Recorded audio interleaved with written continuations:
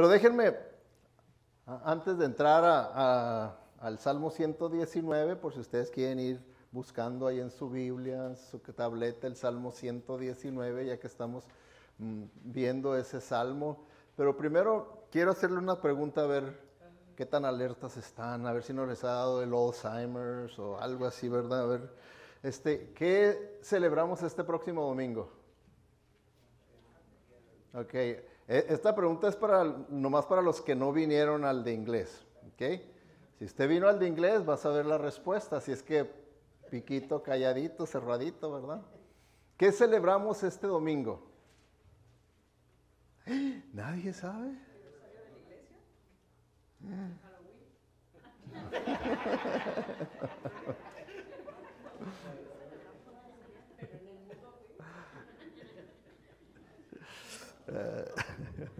Halloween. Tengan cuidado, hermanas, porque ese es el día de las brujas. Nosotros no celebramos eso, ¿verdad? Ok.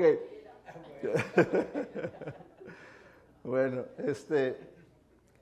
les hago esa pregunta para ilustrar la realidad de que el enemigo de nuestras almas, el enemigo de Cristo, del cristianismo, siempre está trabajando para tratar de eliminar todo lo que tenga que ver con el Evangelio, con Jesucristo, todo. Y entonces vemos, ¿verdad?, los días festivos grandes del cristianismo, cómo están siendo opacados cada vez más y más y más. Por ejemplo, Navidad.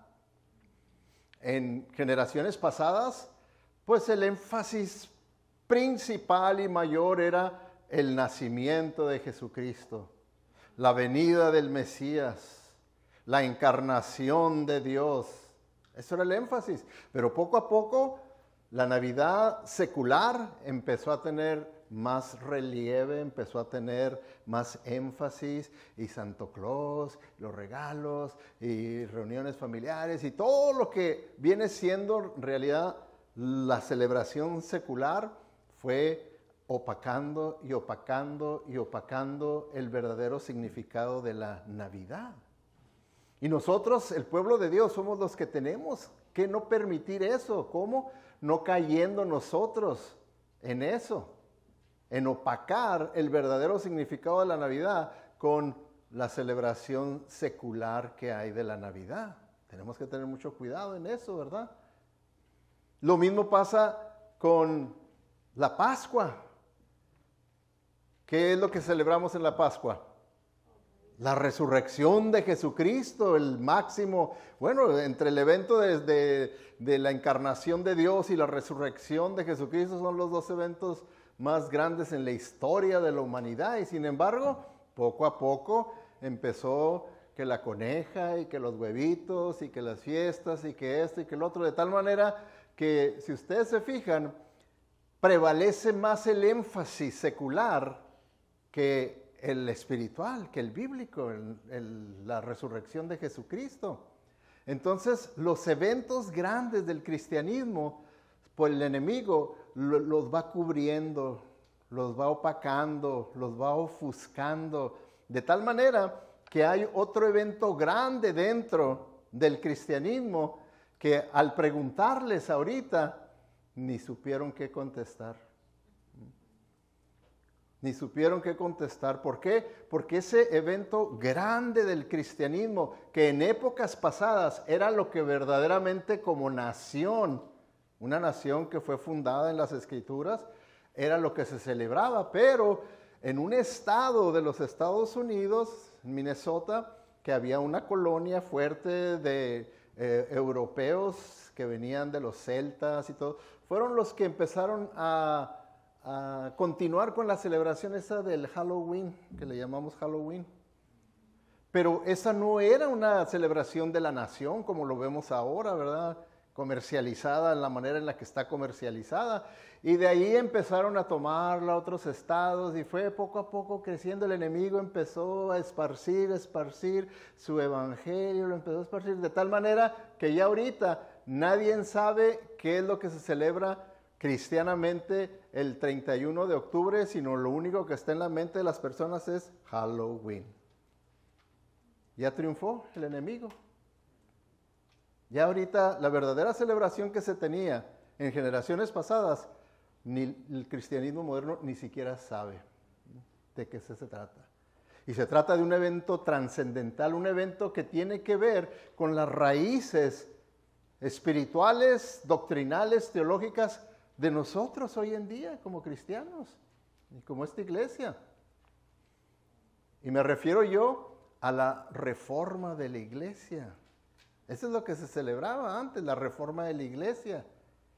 Y se celebró siempre el 31 de octubre, porque fue un 31 de octubre que este sacerdote, monje, rebelde, escribió sus 95 tesis y las colgó ahí en las puertas del castillo Gutenberg. Y en esos 95 tesis eran argumentos bíblicos que él creía que la Iglesia Católica estaba mal y quería un debate. Refútenme esto con la palabra de Dios. Y fue eso. Miren, vamos a ver un video, ¿ok?, en el que se nos va a explicar en forma resumida lo que es la reforma, y luego vamos a ver un segundo video más corto que sirve como de impacto. ¿Ok? Hermanos, volumen al cine, popcorn. Amigos de Cristianos al Día, el 31 de octubre los cristianos evangélicos celebramos la Reforma Protestante, que fue el movimiento que creó el protestantismo, impulsado por la valiente hazaña de Martín Lutero. En el año 1517, durante la víspera de la fiesta católica de Todos los Santos, Martín Lutero dio a conocer públicamente sus tesis y el impacto fue tal que se señala esa fecha como el comienzo de la Reforma Protestante y una vuelta a la pureza del mensaje del Evangelio de Jesús. Martín Lutero, quien era un monje católico, se convirtió para muchos en el causante de la destrucción de la unidad de la Iglesia, pero para otros es el gran héroe que hizo que una vez más se predicara el Evangelio puro de Jesús y la Biblia, el reformador de una Iglesia corrupta. Él cambió el curso de la historia al desafiar con valentía el poder del papado y del imperio, sosteniendo puntos de vista contrarios a la práctica y ordenanzas de la religión establecida, el catolicismo romano, por considerarlas contrarias al contenido de la Biblia. La principal doctrina evangélica que Lutero alzó contra el sistema ritualista de penitencias fue que la salvación es por fe y por gracia solamente, no por obras.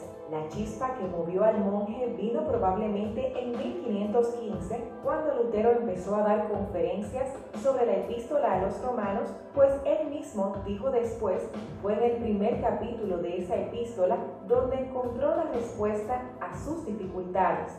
El versículo de la Biblia que abrió completamente los ojos de Lutero fue Romanos 1:17, que dice lo siguiente: porque en el Evangelio la justicia de Dios se revela por fe y para fe, como está escrito, mas el justo por la fe vivirá.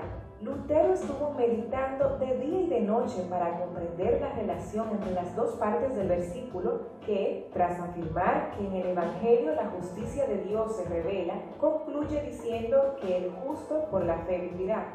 La respuesta que encontró Lutero fue sorprendente. La justicia de Dios no se refiere en la carta a los romanos, como piensa la teología tradicional, al hecho de que Dios castiga a los pecadores. Se refiere más bien a que la justicia del justo no es obra suya, sino que es don de Dios. La justicia de Dios es la que tiene quien vive por la fe, no porque sea en sí mismo justo o porque cumpla las exigencias de la justicia divina, sino porque Dios le da este don. Lutero entendió que tanto la fe como la justificación del pecador son obra de Dios, don gratuito. Martín Lutero escribió lo siguiente al realizar este descubrimiento: sentí que había nacido de nuevo y que las puertas del paraíso me habían sido franqueadas. Las escrituras todas cobraron un nuevo sentido y a partir de entonces la frase "la justicia de Dios" no me llenó más de odio, sino que se me tornó indeciblemente dulce en virtud de un gran amor. Lutero decidió presentar su descubrimiento a la Iglesia y, a pesar de haber sido un gran reto, con valentía redactó sus 95 tesis que debían servir de base para un debate académico. Él clavó sus famosas 95 tesis en la puerta de la iglesia del castillo de Wittenberg. Esas tesis, escritas en latín, no tenían el propósito de crear una conmoción religiosa. Lutero dio a conocer sus tesis en la víspera de la fiesta de Todos los Santos y su impacto fue tal que frecuentemente se señala esta fecha, el 31 de octubre de 1517, como el comienzo de la Reforma Protestante y la reafirmación de que la palabra de Dios es el punto de partida y la autoridad final de la Iglesia y de toda teología. Hoy día hacen falta hombres como Lutero, que se atrevan a corregir a aquellos que quieren desviarse del evangelio puro que nos fue enseñado en las Sagradas Escrituras, que reconozcan que la palabra de Dios es la autoridad y la única revelación para nuestras vidas. Aunque Lutero fue acusado de provocar división en la Iglesia, esto era necesario para que la verdad de la palabra de Dios fuera expuesta y hoy día podemos gozar con libertad del don de la salvación, conociendo que es un regalo de Dios, solo por gracia y no por nuestras obras. Si este video te ha edificado, te invitamos a darle like. Además, no olvides... Bueno, como podrán ver ustedes, esa es nuestra herencia. De ahí es donde venimos nosotros, de la reforma de Martín Lutero, cuando se rompió con las cadenas de la religiosidad y una vez más se le dio libertad a que las personas pudieran ir a la palabra de Dios en el idioma de la gente que se pudiera entender, porque Martín Lutero fue una de las cosas que él hizo para que la gente pudiera entender. Él empezó a escribir en el idioma de la gente, que era en alemán donde él estaba, y empezó a escribir folletos en alemán. Y cuando él estuvo escondido, porque la Iglesia Católica lo quería matar, lo quería ejecutar, lo quería quemar en la estaca, escondido, él tradujo toda la Biblia al alemán. Él la tradujo toda la Biblia en alemán. ¿Sí? ¿Saben en cuánto tiempo? En 3 meses la tradujo toda la Biblia en alemán. Fíjense nomás para que veamos nosotros lo que es la fe de una persona tan poderosa. ¿Cuántos de ustedes han leído la Biblia en un año? Leído la Biblia en un año. O que se las lean en una aplicación en un año y que usted la escuchó. Y él la tradujo toda. Nomás pónganse a pensar en lo que es eso, ¿verdad? Y no crean que dijo, no, pues sí la pudo traducir porque él veía y grababa, y ya se estaba escribiendo lo que él decía. No, era con la tinta y el escribir de antes de... Y otra vez a meter la tinta. Toda la Biblia. Ahora, el siguiente porción es de la película que yo siempre periódicamente los he animado que en esta temporada la vean con su familia para que su familia sepa lo que verdaderamente se celebra para nosotros los cristianos el 31 de octubre, la Reforma. Y que vean esa película. Está gratis en YouTube. Vayan, la pueden ver en español o en inglés, la misma película de Martín Lutero. Esa película dura casi 2 horas, pero está buenísima, trae toda la historia. Van a aprender ustedes historia, van a aprender doctrina, van a aprender mucho si ustedes se ponen y se enfocan a ver esa película. Esta porción es nomás para que veamos nosotros lo que es la fe. La fe produce valor, valentía. Y eso es lo que Martín Lutero mostró, porque estando en una corte en la corte más poderosa de su tiempo, en la corte ante el papado y ante el gobierno que estaban de la mano. Y los dos presentes lo presionaron para que renunciara a sus doctrinas, condenara sus escritos, y vamos a ver lo que pasó. Lutero es el autor de estos libros. Lo soy. Y se retracta de lo escrito aquí. No renunciaré a todos mis escritos porque no son iguales. Primero, hay libros en los que describí nuestra fe y la vida, tan simple que hasta mis oponentes admitieron que esos trabajos eran útiles. Renunciar a esos escritos sería imposible. Sería como renunciar a verdades cristianas antiguas. No vino a dar discursos, solo a contestar. La segunda parte de mi obra está dirigida a la falsa doctrina y despiadadas costumbres de los papas pasados y presentes. ¡No! Por las leyes del Papa y las doctrinas del hombre, las conciencias de los creyentes han sufrido una terrible humillación. Si yo negara esos libros, no haría otra cosa que fortalecer la tiranía y abrir las ventanas y puertas de entrada a esas atrocidades. Se ha condenado él mismo. En tercer lugar, escribí contra personas particulares e individuos que apoyan a Roma y su tiranía y que han atacado mis esfuerzos por fomentar la devoción a Cristo. Y confieso que escribí con dureza.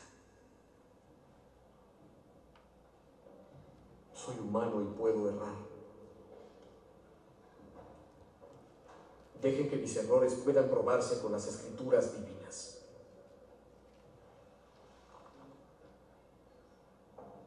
Y yo me retractaré arrojando mis libros al fuego.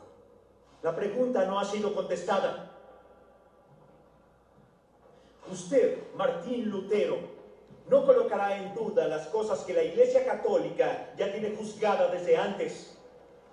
Cosas que han pasado por prácticas, ritos y observación. La fe que Cristo, el más perfecto juez, ordenó. Fe que los mártires con su sangre hicieron fuerte. Aguardó en vano por un debate sobre cosas que usted está obligado a proteger. Ahora su contestación: sí o no. ¿Se retracta o no lo hará?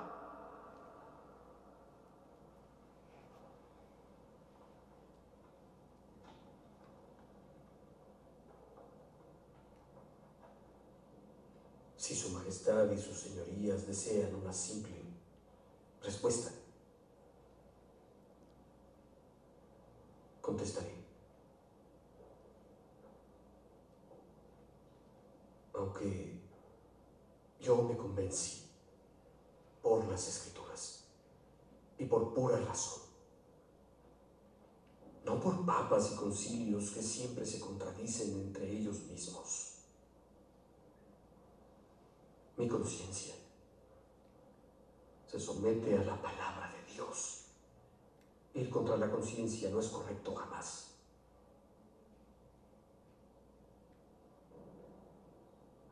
No quiero y no me voy a retractar de lo que he escrito. No tengo elección. Dios me ayude.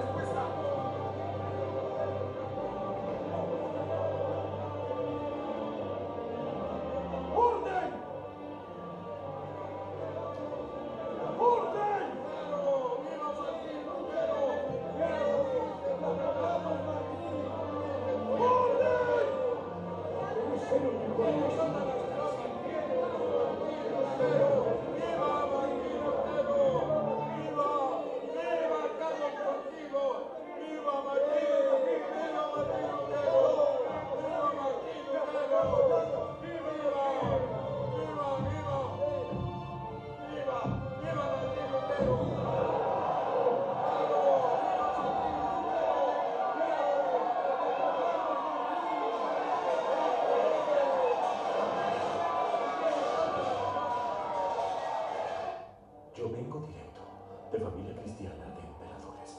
Él no va a ser un hereje de mí. Se condenó a sí mismo, Excelencia. Debemos pararlo o va a infectar toda Alemania. Nino le dio a Lutero la promesa de un salvoconducto. Lutero no es más que un vil demonio, escondido en ese hábito para poder engañarnos. Martín Lutero es su súbdito. ¿Qué dice? Es alguien valioso para mí, mi lord. Aunque no lo sea para la gente. Si algo le pasa en el camino de vuelta, que pase.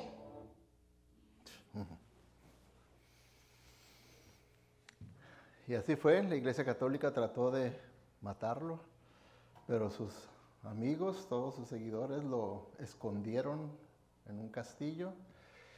Y no les sigo contando la historia para que vean la película mejor, porque está muy bonita y van a aprender mucho. Y ahí fue el inicio en el que se rompió el yugo que tenía la Iglesia Católica en todo el mundo, del poder que tenían de no dar libertad religiosa, que nomás tenían que ser ellos y nomás ellos. Y ahí se rompió porque la gran mayoría de la gente siguió a Martín Lutero y se extendió sus enseñanzas por toda Europa, de tal manera que prevaleció en toda Europa el cristianismo evangélico más que el catolicismo. ¿No será algo para celebrar mejor que Halloween? Ya ven cómo Satanás ha tenido éxito en ofuscar algo tan hermoso para nosotros. Y pues vemos el ejemplo, ¿verdad?, de lo que es la fe, y sobre todo en la palabra de Dios, porque él se mantuvo firme en lo que era la palabra de Dios. ¿Okay? Ahí es donde él se mantuvo firme. Y vamos a ver ahí en el Salmo 119, ya vimos la semana pasada, más allá del estudio de la Biblia, de que debemos de amar su palabra y meditar en ella. Eso fue, ¿verdad?, lo que transformó y cambió la vida de Martín Lutero. Debemos de obedecer su palabra. Fíjense lo que a él le costaba el obedecer la palabra de Dios. ¿Acaso a usted por obedecer la palabra de Dios lo van a llevar a un concilio que tiene el poder religioso y gubernamental para ver si lo ejecutan o no lo ejecutan? No, nosotros no tenemos que pasar por nada de eso, como lo que pasó a Martín Lutero, y debemos disfrutar su palabra, debemos disfrutarla. Entonces ahora entramos al versículo 107, y aquí en este versículo 107, aquí que ya es el 14º grupo de 8 en 8 en 8, que sabemos que son 8 versículos, que va de acuerdo a las letras del alfabeto hebreo, y llegamos a la letra 14, ¿verdad? A la letra 14, y aquí en esta sección podemos titularlo Seremos fieles, seremos fieles. Y es algo que usted puede decir de corazón: Señor, yo te seré fiel. ¿Lo puede usted decir de corazón? Si no lo podemos decir, hermanos, es porque no vamos a ser fieles. Cuando nosotros decimos, bueno, pero es que no puede uno asegurar que yo voy a ser fiel al Señor porque pues yo conozco, soy humano, no soy perfecto. Hermanos, ya no estamos viviendo por fe. Ya estamos diciendo, yo vivo por vista, y pues yo no sé exactamente qué pueda venir a mi vida, pero pueden venir cosas a mi vida que yo no pueda ser fiel a ti, Señor. Por eso yo mejor prefiero no decir. Cuando en realidad debemos de decir, si tenemos a un Cristo que todo lo podemos en Él, porque Él nos fortalece y nos da sabiduría y nos da de su poder y nos da entendimiento y todo, pues debemos decir, sí, te voy a ser fiel, Señor, te voy a ser fiel hasta la muerte. ¿Cuántos aquí están casados? Levanten la mano. Ya lo dijeron a su cónyuge, te voy a ser fiel hasta la muerte. Y fíjense, a un ser humano, que tal vez ahorita está bien feo. Y lo pudo decir, te voy a ser fiel hasta la muerte. ¿Por qué no se la podemos decir al Señor? ¿Por qué no se lo podemos decir al Señor? Podemos y debemos. Se ha dicho, hermanos, que la mayor habilidad es la confiabilidad. O sea que, ¿qué prefiere usted? Si vamos a poner, usted tiene una organización y tiene de este lado a una persona que es muy hábil, pero no es confiable, le falla y le falla. Y por este lado tiene una persona que no es tan hábil como aquella, pero es bien confiable. ¿Cuál va a preferir usted para que siga trabajando con usted? El confiable, yo sé que sí, ¿verdad? Yo sé que sí. Entonces es lo mismo. La confiabilidad, hermanos, es el producto de la fe. De la fe. Cuando yo tengo fe, voy a ser fiel. Y fiel es sinónimo de confiabilidad. Entonces, si yo soy confiable es porque soy una persona de fe. Y mi fe me hace fiel, que obre con fidelidad, confiabilidad, todo es lo mismo, confiabilidad. Entonces, cuando yo digo, yo voy a ser fiel, Señor, quiere decir, tú puedes contar conmigo, Señor. Yo voy a ser confiable, tú vas a poder confiar en mí. ¿Por qué? Porque yo confío en ti. Ahora, ¿nosotros queremos que Dios sea fiel, sí o no? Y lo es, sí sabemos, ¿verdad? Que lo es. Hasta cantamos, ¿verdad? Hay varios cantos que cantamos acerca de la fidelidad de Dios. Su fidelidad es grande. ¿Se la sigo cantando? No, que dicen, no, qué bueno que era la última estrofa. Entonces, cantamos varios cantos que hablan y sabemos por lo que dice la Escritura que Dios es fiel. Y nosotros esperamos que Dios sea fiel conmigo. Ahora, ¿será mal o estaremos equivocados en creer que Dios no debe de confiar en que yo le sea fiel a Él? ¿Estará bien eso decir, no, Dios no debe de confiar en que yo le sea fiel a Él? ¿O Dios tiene el derecho de confiar en que yo le voy a ser fiel a Él? Claro que sí, va igual. Así como yo tengo el derecho de confiar que Dios va a ser fiel, el Señor tiene el derecho de confiar que yo, su hijo, que Él me compró y me dio de su Santo Espíritu y mora en mí, que yo sea fiel a Él. Es lo mismo. Y así es como nosotros debemos de verlo. Por eso podemos decir, sí, yo voy a ser fiel. Así como Él es fiel a mí, su fidelidad es grande y nunca se va a terminar, pues yo también estoy dispuesto, con el poder que el Señor me dé y el entendimiento, la sabiduría que Él me dé, yo le voy a ser fiel a Él. Y debemos de estar dispuestos a decirlo también, ¿okay? Porque la fidelidad es evidencia de que tenemos fe, una fe genuina, ¿okay? Una fe que viene de escuchar la palabra de Dios. La fe viene al oír la palabra de Dios. Cuando nosotros verdaderamente apreciamos la palabra de Dios y estamos en la palabra de Dios, eso es uno de los ministerios de la palabra de Dios que va obrando en nosotros. Una fe viva, como dice Santiago, una fe que obra una transformación, un cambio en nosotros, un cambio de mente, un cambio de sentimientos y un cambio de acciones. Eso es lo que va a obrar la palabra de Dios. ¿Se fijaron en el pasaje que leyó el hermano Guillermo al principio? El de 2 Timoteo capítulo 3. Es un pasaje en realidad acerca de la palabra de Dios. ¿Por qué? Porque primeramente presenta, nos dice, hermanos, quiero que sepan las características de la sociedad en los últimos días. Y empieza a mencionar ahí del egoísmo, de esto, del otro, todas las cosas que vemos hoy en día de cómo está la sociedad hoy en día y que nosotros debemos de cuidarnos de no caer en el molde del mundo también.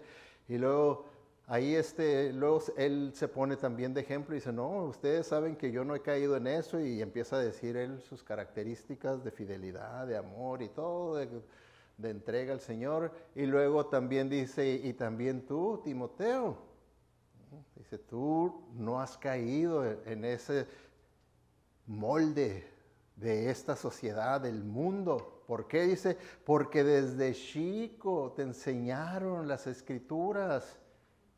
Desde chico te enseñaron las Escrituras que te hicieron salvo.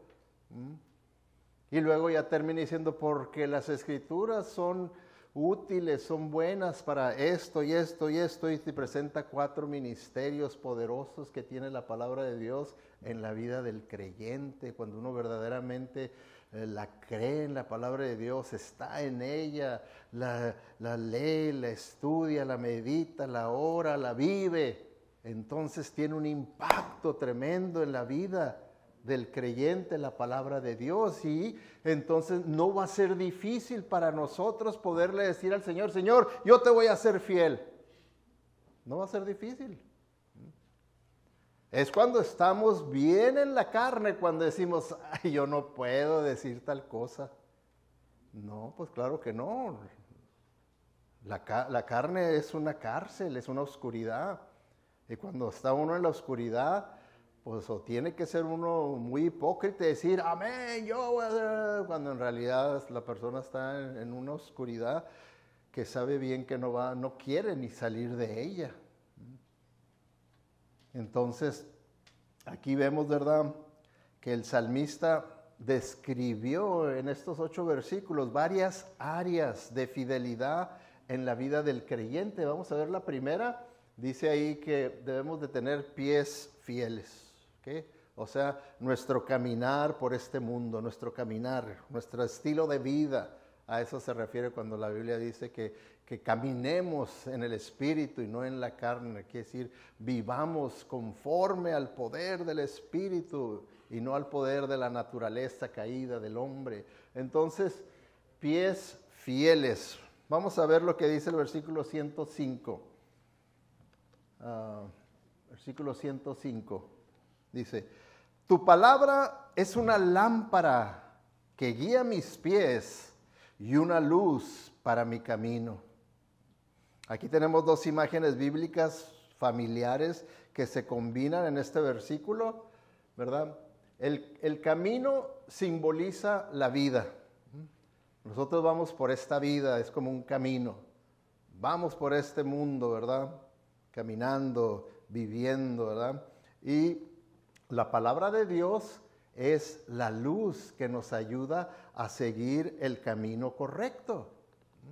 Eso es lo que está diciendo aquí el salmista. Ahora, el mundo antiguo, en aquellos tiempos, ellos no tenían luces como tenemos nosotros, la clase de iluminación que nosotros tenemos. Ellos no.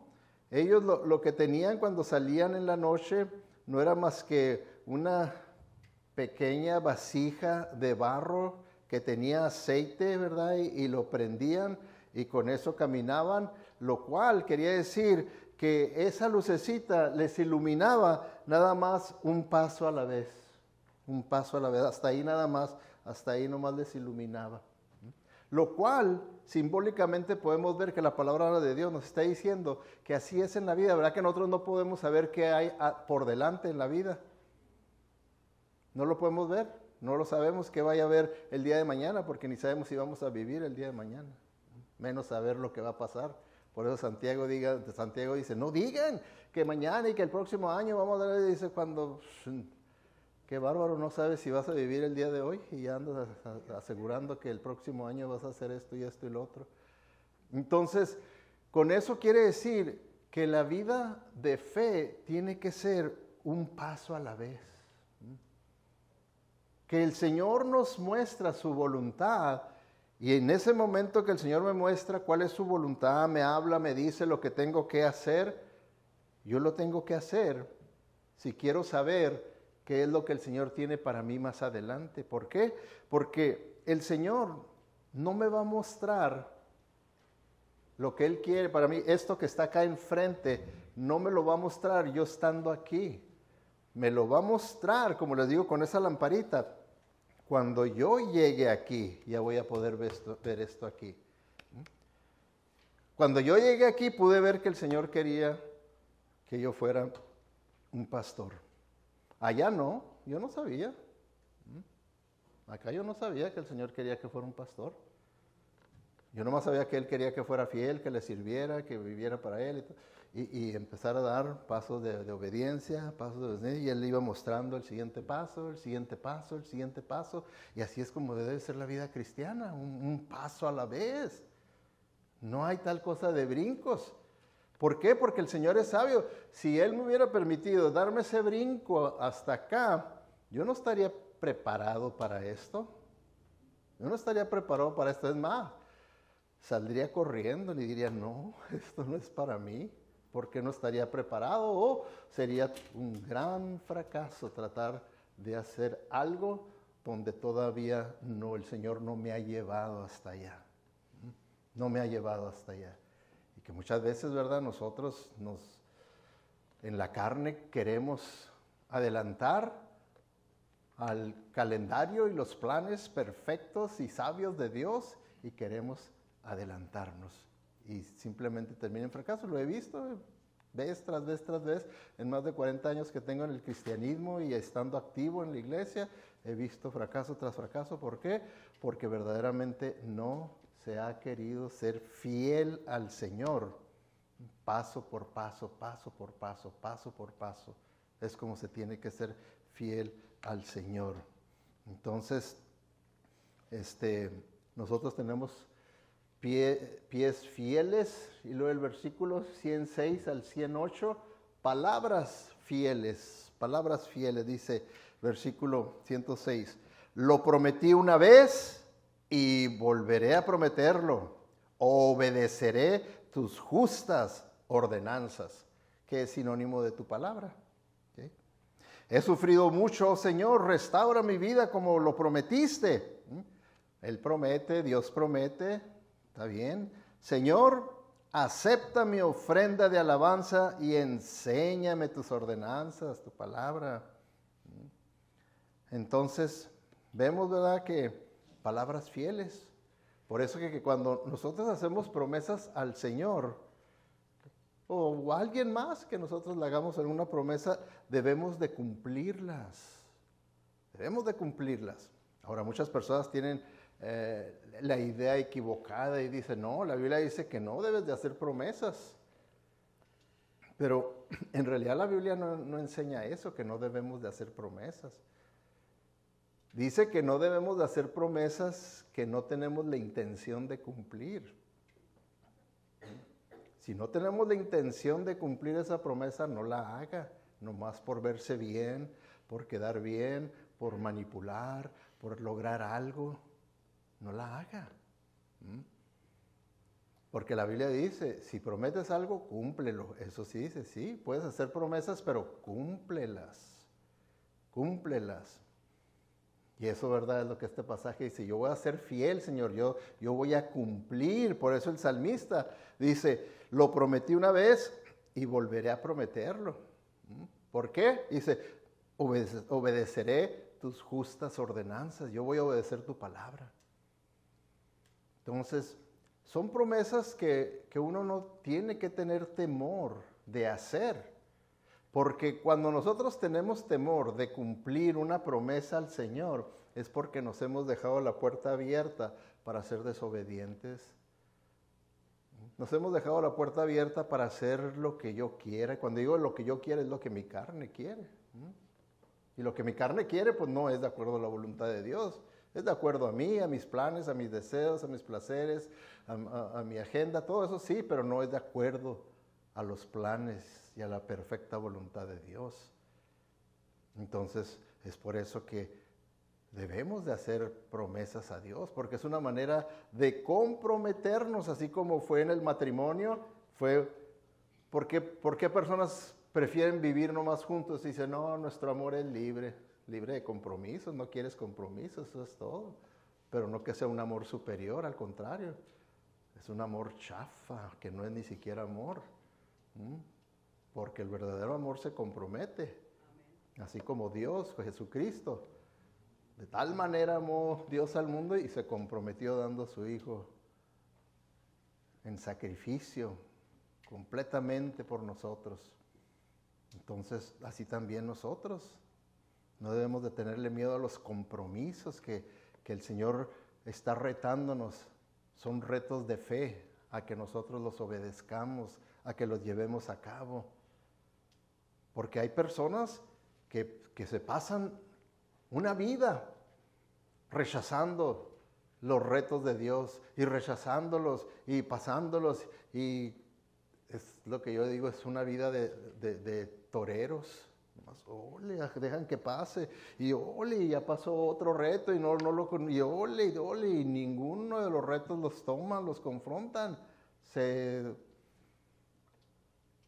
sienten ya nomás contentos nomás con venir a la iglesia, es todo. Venir a la iglesia, eso es todo. ¿Creen ustedes que eso sea toda la voluntad de Dios para un hijo suyo, para un cristiano, nomás venir a la iglesia? ¿Sí o no?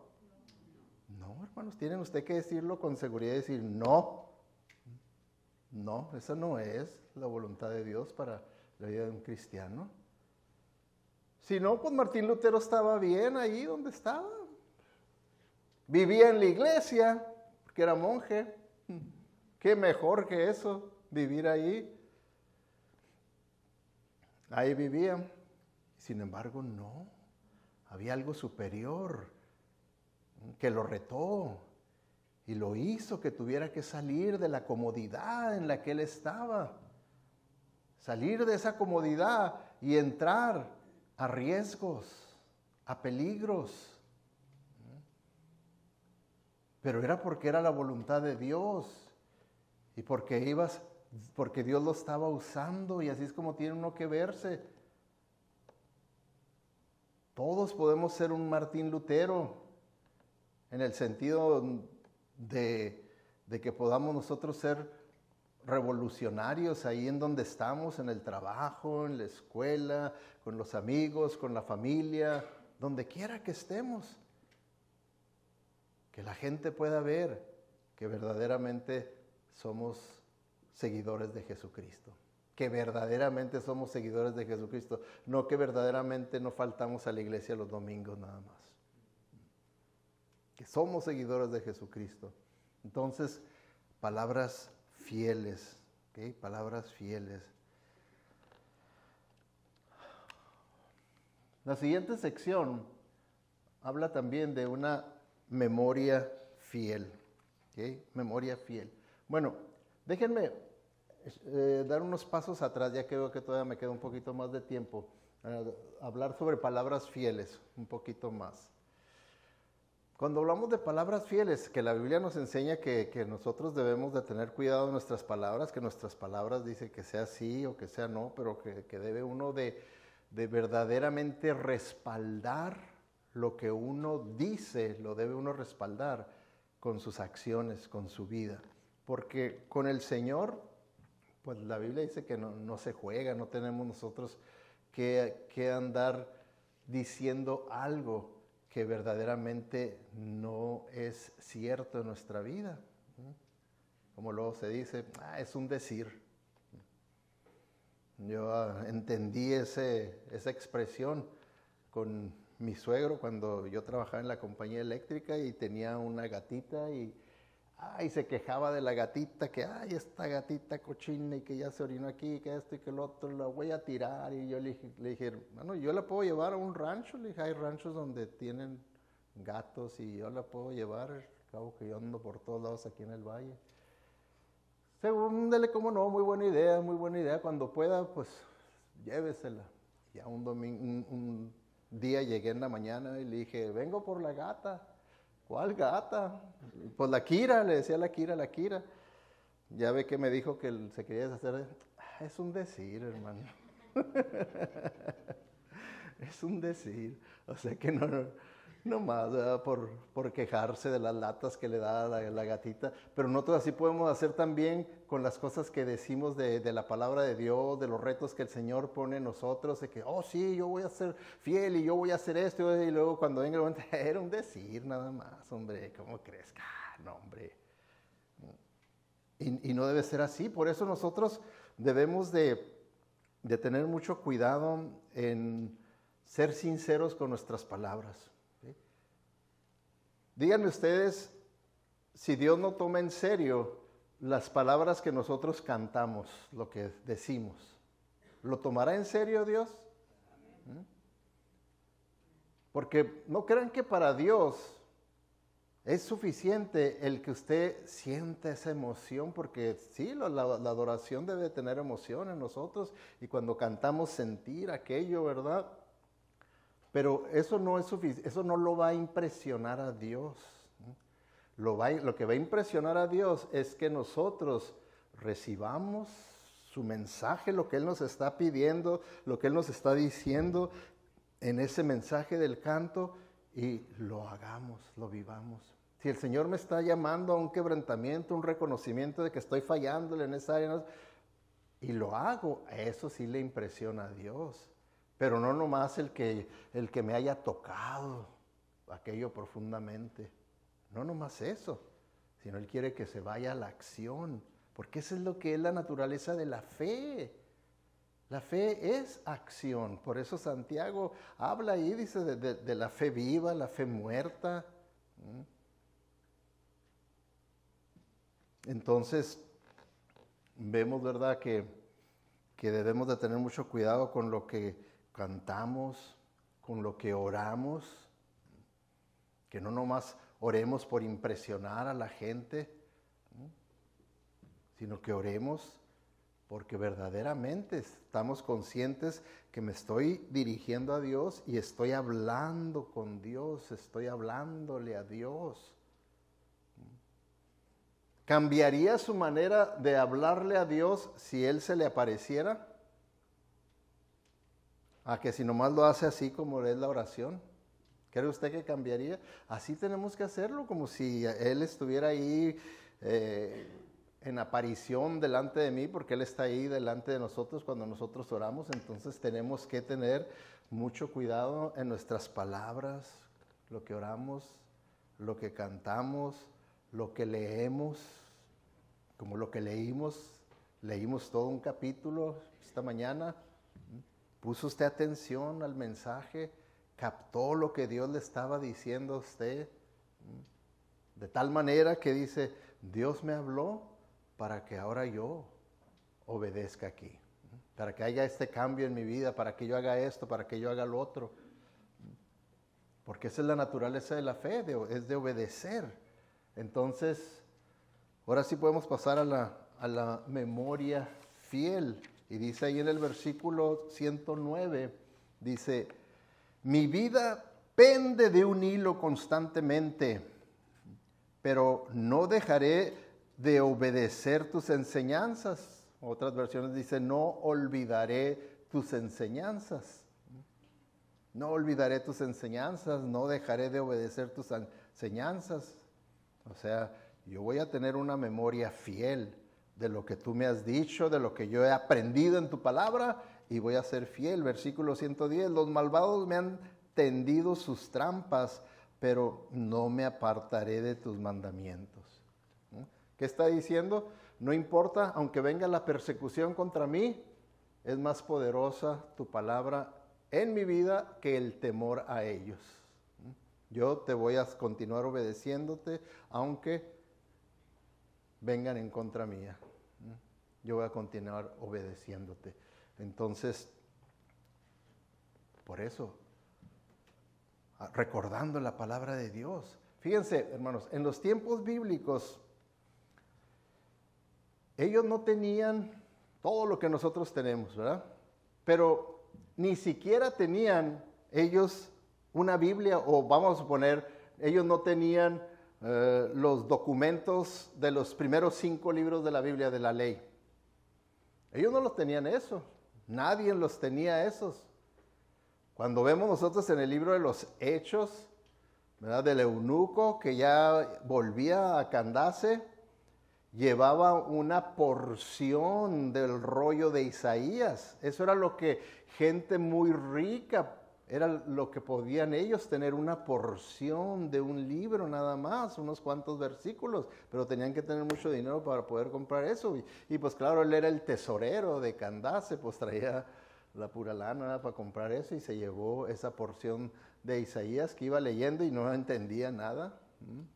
Tuvo que venir Felipe y explicarle lo que decía la palabra de Dios.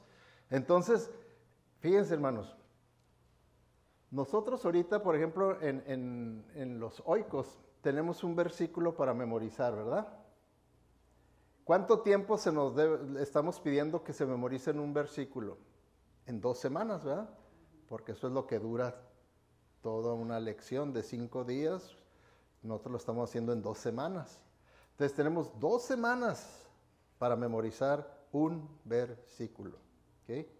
Ahora, en los tiempos bíblicos había personas que se memorizaban porciones largas de Levítico, de Deuteronomio, de Éxodo, sin tener la Biblia en su casa, sin tener los escritos en su casa, sin tenerlos en una aplicación en el teléfono, nada, porque para ellos la única oportunidad que tenían de escuchar la palabra de Dios es ir a la sinagoga y poner atención a la lectura de la palabra. Una gran atención se tenía que poner, y mucha gente que tenía interés, al terminar, ¿verdad?, iban con el rabino y le decían: rabino, me impresionó esta parte, ¿me la puedes volver a leer? Porque muchos de ellos ni siquiera sabían leer, algunos de ellos no sabían leer, entonces me la lees otra vez, porque la quiero memorizar, la quiero meditar. Y en ese tiempo pues no le puede decir, ahí en el capítulo 8, versículo 2, no estaba escrito derecho, ¿verdad? Entonces, esta parte que dijiste es que, ok, y el rabino se la leía, me la repites otra vez y ok, ya, y se la llevaba meditando. Amén. Esa porción se la llevaba meditando, para memorizarla. ¿Nosotros tenemos que batallar todo eso? No, hermanos. Nosotros no tenemos que batallar todo eso para memorizar la palabra de Dios. Ahí la traemos hasta en el teléfono. Puede escribirla en una tarjetita y echarla ahí, estarla viendo y memorizar la palabra de Dios. ¿Por qué? Porque yo quiero serle fiel a Dios. Yo te voy a ser fiel, Señor. Y la única manera es que yo no me olvide de la palabra de Dios. Que yo no me olvide, ¿sí? Sino que siempre la pueda recordar. ¿Por qué, hermanos? Digan ustedes si no es cierto este refrán. Dice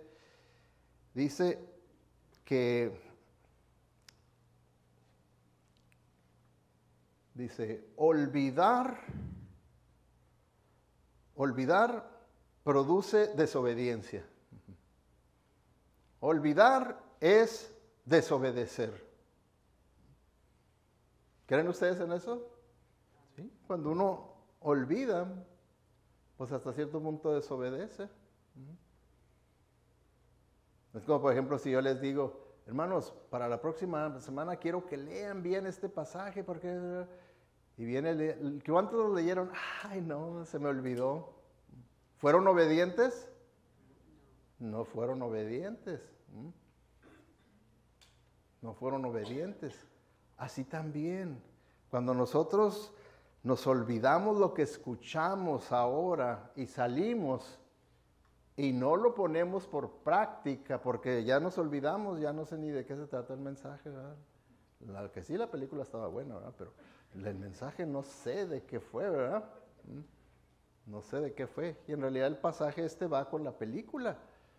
La fe de Martín Lutero, su obediencia, estar dispuesto él a tener pies fieles, a tener palabras fieles, a tener una memoria fiel de la palabra de Dios, ¿verdad? Y tener un corazón fiel. Versículos 111 y 102 dice, tus leyes son mi tesoro, son el deleite de mi corazón. Estoy decidido a obedecer tus decretos o tu palabra hasta el final. Fíjense nomás qué fe. No tenía miedo de que, pero ¿y qué si fallo? Mejor no hago estas promesas, no digo estas cosas. No dijo eso, dijo, no, estoy decidido a obedecer tu palabra, tus decretos hasta el final. Tus leyes son mi tesoro, son el deleite de mi corazón. ¿Okay? Ahora, cuando habla aquí de que la palabra de Dios es un tesoro, hermanos, hay historias de los tesoros allá en México. Yo recuerdo últimamente, mi suegra, la hermana Samaniego, me platicaba cómo ella recuerda, ya estaba grandecita. Rentaron una casita, ¿verdad? Y pues era piso de tierra, ¿verdad? Allá en México. Y piso de tierra, y su mamá en la noche vio una lucecita en uno de los cuartos. Y pues muchas gentes tenían diferentes teorías. Es que el diablo ahí se aparece. No, ella sabía que había metales ahí abajo. Los metales, tesoros escondidos, hacen un efecto químico de lucecitas, ¿verdad? Entonces dijo, ahí hay un tesoro escondido. Entonces su mamá fue y compró una pala y un pico. Y estuvo escarbando y escarbando. Y dice, pues que ella veía cómo se iba juntando la tierra, se iba juntando la tierra. Y al siguiente día le seguía. Y excavó profundo, pero encontró el tesoro. Encontró el tesoro. Y si quieren saber la historia completa, una carne asada me invitan y se las platico, ¿verdad?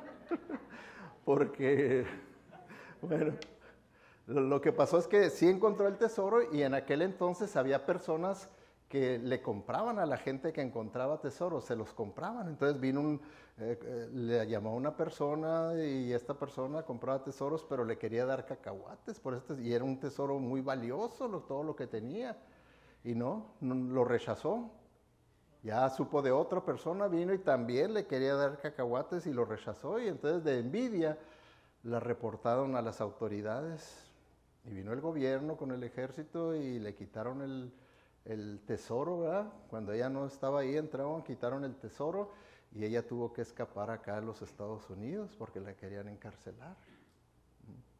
Ahora, lo que les quiero decir, hermanos, que aquí lo que está diciéndonos la palabra de Dios, si nosotros queremos encontrar tesoros en la palabra de Dios, vamos a tener que excavarle profundo.